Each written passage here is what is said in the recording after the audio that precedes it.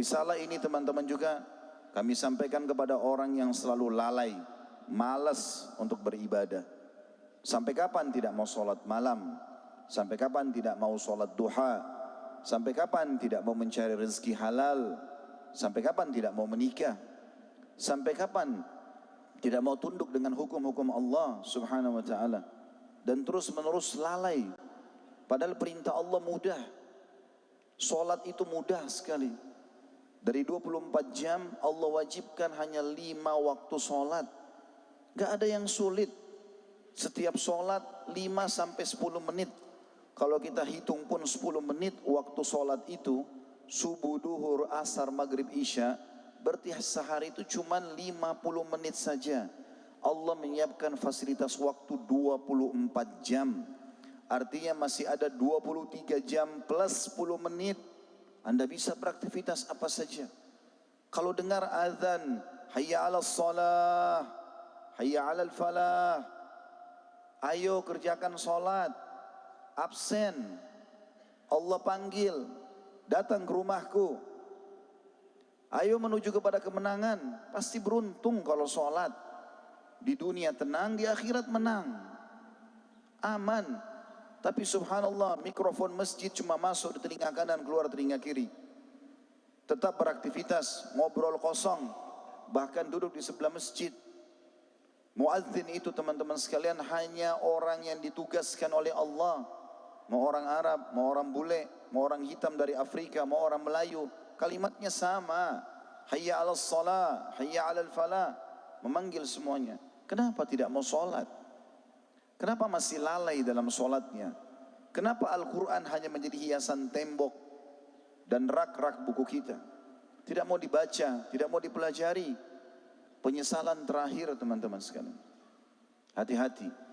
Demi Allah, orang yang meninggal dunia pada hari kiamat nanti, mereka berharap kembali ke dunia untuk sujud sekali saja. Maka berharap kembali ke dunia untuk senyum dengan saudara muslimnya, untuk bakti dengan orang tuanya. Dan kalau mereka diberikan kesempatan hidup, mereka akan meninggalkan semua pelanggaran dan mereka akan meluruskan para pelaku-pelaku pelanggaran itu. Tapi teman-teman, jangan tunggu penyesalan itu. Kita sebagai seorang muslim harus banyak bersyukur kepada Allah subhanahu wa ta'ala. Sebagai orang beriman, Allah telah memberikan kita bocorannya. Kita udah tahu mana yang boleh, mana yang tidak boleh, halal dan haram, mana yang diperintahkan, mana yang dilarang. Kita udah tahu kalau sholat dapat apa, puasa dapat apa, ada fadilahnya, ada keutamaannya. Berzikir dapat apa, sedekah dapat apa, bakti sama orang tua, jenguk orang sakit, membantu orang lain. Sudah kita tahu perbuatan-perbuatan baik itu dan sudah janjinya sudah ada. Begitu juga dengan pelanggaran, sudah jelas dirincikan. Ada zina, ada riba, ada bohong, ada segala macam pelanggaran. Dan ada ancamannya. Tinggal dibaca. Kita sudah tahu bocorannya pada saat mati seperti apa keadaan orang beriman. Kita sudah tahu bocorannya bagaimana orang mukmin kalau meninggal dunia. Dan bagaimana orang kafir kalau meninggal dunia. Bagaimana alam barzah, kuburan.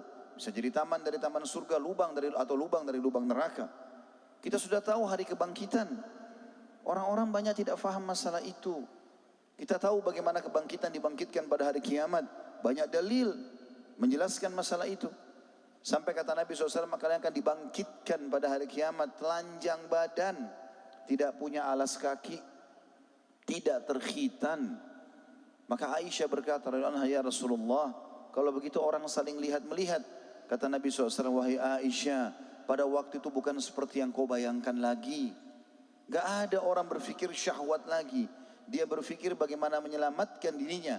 Di depan matanya neraka dengan gemuruhnya, ya, dengan siksaan-siksaan yang disiapkan oleh Allah, yang akan kita pelajari pada pagi ini insyaAllah.